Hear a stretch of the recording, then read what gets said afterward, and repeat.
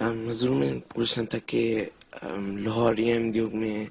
اور احمدیوں میں ڈفرینس کیا ہے؟ کس میں؟ لاہوری احمدی اور جو لاہوری احمدی اور احمدی ڈفرینس یہ ہے کہ وہ کہتے ہیں کہ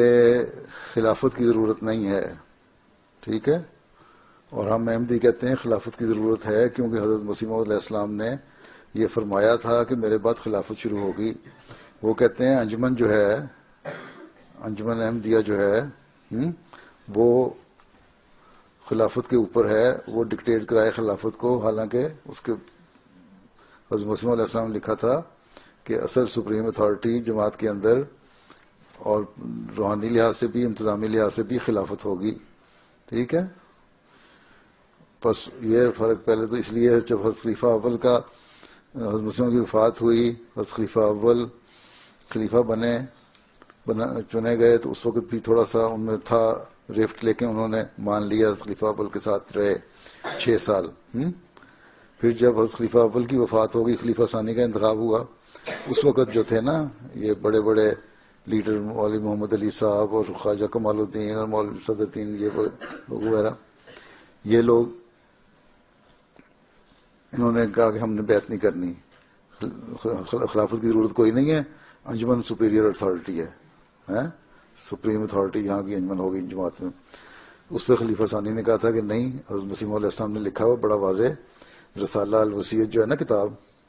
اس میں لکھا ہوا ہے، ٹھیک ہے، کہ انجمن نہیں بلکہ خلیفہ جو ہے وہ اس کے خلافت کا انتخاب ہو اور خلیفہ چنو اور اس کی بیعت کرو سارے۔ تو انہوں نے نہیں کی، اور آہستہ آہستہ وہ لوگ لاہور چلے گئے، اس لیے لاہوری کہلاتے ہیں، ویسے ان کا نام غیر مباح ہے، جنہوں نے بیعت نہیں کی ہیں یا پیغامی ہیں وہ رسالے کی وجہ سے۔ تو وہاں جا کے انہوں نے اپنی ایک علیحدہ انجمن بنا لی ہیں، لیکن آہستہ آہستہ کیا ہے، ان کی کوئی آرگنائزیشن رہی نہیں، اس میں سے لوگ آہستہ آہستہ دنیا داری کی طرف چلے گئے، مذہب سے ہٹ گئے۔ کچھ لوگ جو تھے دیندار فجی میں یا سورینام میں، ادھر ان علاقوں میں بھی تھے،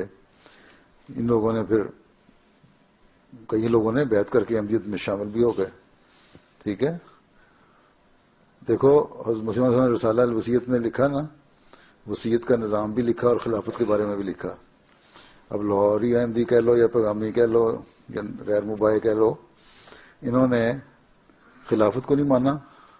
اس لیے باوجود اس کے کہ رسالہ الوصیت جو کتاب ہے شائع بھی کرتے ہیں، وہ لوگ کتابیں شائع کرتے ہیں حضرت مسیح علیہ السلام کی، لیکن اس کے اوپر وصیت کا نظام بھی نہیں ان کے ہاں اور خلافت بھی نہیں، تو دونوں چیزوں کے ان سے محروم ہو گئے۔ وہ